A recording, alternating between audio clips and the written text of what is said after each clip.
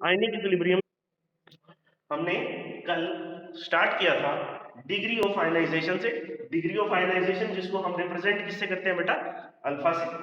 Alpha क्या है? कितने मॉलिक्यूल्स आयोनाइज हुए हैं और डिवाइडेड बाय कितने मॉलिक्यूल्स हमने लिए हैं।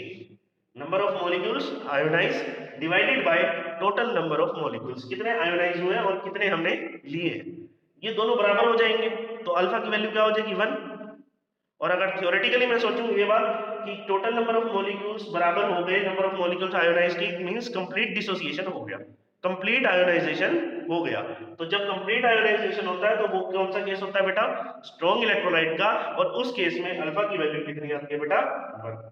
और अगर अल्फा की वैल्यू लेस देन 1 आए तो कैसा केस होगा? Weak electrolyte. तो कैसा केस होगा बेटा? Weak electrolyte. ये हमने डिस्कस किया। इसके साथ साथ हमने क्या डिस्कस किया था बेटा? हमने क्या डिस्कस किया? हमने डिस्कस किया रिलेशन किस किस के बीच में, अल्फा यानी कि डिग्री ऑफ आयोनाइजेशन और सी कंसंट्रेशन के बीच में, वो भी किस केस में? सिर्फ वीक इलेक्ट्रोलाइट के केस में। सपोज करो कि ए बी जो है हमारा वीक इलेक्ट्रोलाइट, ए बी क्या है बेटा? Weak electrolyte. और ये आयोनाइज पार्शियली होगा। आयोनाइज पार्शियली का मतलब क्या है? इसमें रिवर्सिबल रिएक्शन होगी। ए बी रिवर्सिबल इक्विलिब्रियम में आ जाएगा किसके बीच में? ए पॉजिटिव और बी नेगेटिव के बीच में। अब यहां से हमने किसकी वैल्यू निकालनी है? इक्विलिब्रियम कांस्टेंट की। तो उसके लिए हमें इक्विलिब्रियम कंसंट्रेशन चाहिए। उसके लिए हमें क्या चाहिए बेटा? इक्विलिब्रियम कंसंट्रेशन चाहिए। और हमने ये पढ़ा हुआ है कि इक्विलिब्रियम कंसंट्रेशन हम किससे निकाल सकते हैं? Ice box. किससे निकाल सकते हैं? आइस बॉक्स से। इक्विलिब्रियम कंसंट्रेशन हम आइस बॉक्स से निकाल सकते हैं। जब हम आइस बॉक्स को देखेंगे तो इनिशियल कंसंट्रेशन ए बी की कितनी है? सी। ए पॉजिटिव की कितनी है? 0। बी नेगेटिव की कितनी है? 0। ऐसा क्यों?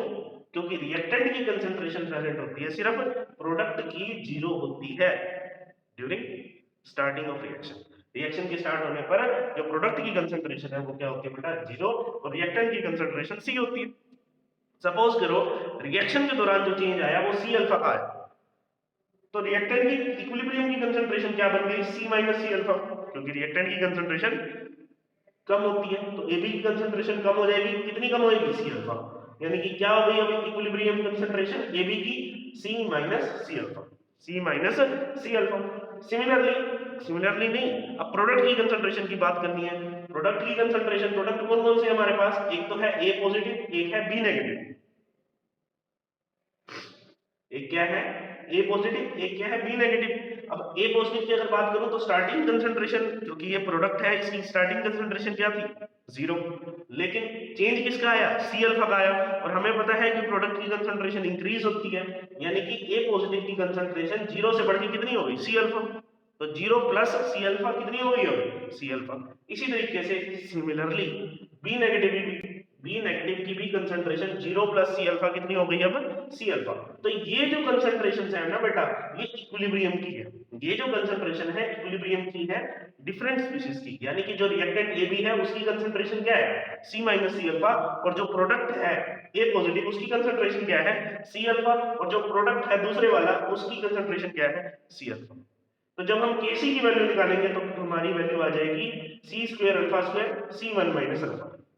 सी स्क्वायर अल्फा स्क्वायर सी वन माइनस अल्फा। अब क्योंकि ये वीक इलेक्ट्रोलाइट है और वीक इलेक्ट्रोलाइट के केस में जो 1 माइनस अल्फा है वो नियर अबाउट 1 के केस 1 के बराबर होता है। 1 माइनस अल्फा जो है वो नियर अबाउट किसके बराबर है? नियर अबाउट 1 के बराबर है। तो हम यहाँ पर 1 माइनस अल्फा की जगह क्या लिख देंगे? 1। 1 माइनस अल्फा की जगह हमने क्या लिख दिया? 1। तो ये क्या बन गया? सी स्क्वायर अल्फा स्क्वायर बाय में सी। सी स्क्वायर अल्फा स्क्वायर बाय में सी। सी से सी कैंसिल हो गया, क्या बचा? सिर्फ Kc is equal to C alpha square. बहुत इंपॉर्टेंट रिलेशन है Kc is equal to C alpha square. लेकिन हमने क्या निकालना था? हमने तो रिलेशन निकालना था अल्फा और सी में। क्या ये हमारा अल्फा और सी में रिलेशन निकला है? नहीं निकला। एक बार देखते हैं कि अल्फा और सी में। तो बेटा हमने क्या करा, दोबारा समझो एक बारी। जो Kc है, जो Kc है वो किसके बराबर था? सी अल्फा स्क्वायर के आया था हमारा। तो जो अल्फा स्क्वायर आया वो किसके बराबर आया? Kc बाय सी के।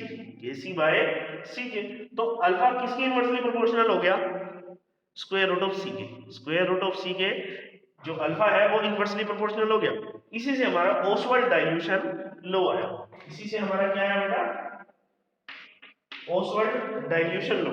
ओसवाल्ड डाइल्यूशन लो क्या कहता है, किसी भी टेम्परेचर पर, किसी भी पर्टिकुलर टेम्परेचर पर अगर वीक इलेक्ट्रोलाइट का केस ले रहे हैं, अगर वीक इलेक्ट्रोलाइट का केस ले रहे हैं किसी भी पर्टिकुलर टेम्परेचर पर, तो डिग्री ऑफ आयोनाइजेशन,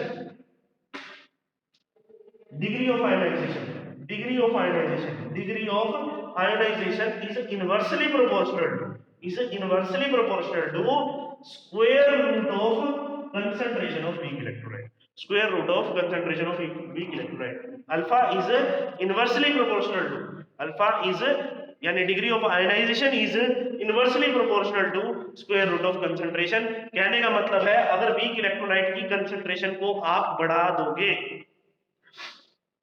अगर वीक इलेक्ट्रोलाइट की कंसंट्रेशन को आप लोग बढ़ा दोगे तो जो अल्फा है वो कम हो जाएगा, अल्फा जो है वो कम हो जाएगा, यानी कि नंबर ऑफ मॉलिक्यूल्स आयोनाइज जो है वो कम हो जाएंगे। अगर आपकी कंसंट्रेशन ज्यादा है, अगर आपकी कंसंट्रेशन ज्यादा है, आपका सॉल्यूशन ज्यादा गाढ़ा है, आपका सॉल्यूशन ज्यादा गाढ़ा है, तो ऑब्वियसली जो आयोनाइजेशन है, ऑब्वियसली जो डिग्री ऑफ आयोनाइजेशन है वो क्या हो जाएगी, कम हो जाएगी, वो क्या हो जाएगी, कम हो जाएगी। इसीलिए कहते हैं डाइल्यूट सॉल्यूशन की आयोनाइजेशन बेस्ट होती है, सबसे ज्यादा होती है। तो जितनी कम कंसंट्रेशन रखेंगे हम, जितनी कम कंसंट्रेशन रखेंगे हम, अल्फा उतना ज्यादा होगा, जितनी कम कंसंट्रेशन रखेंगे हम, अल्फा उतना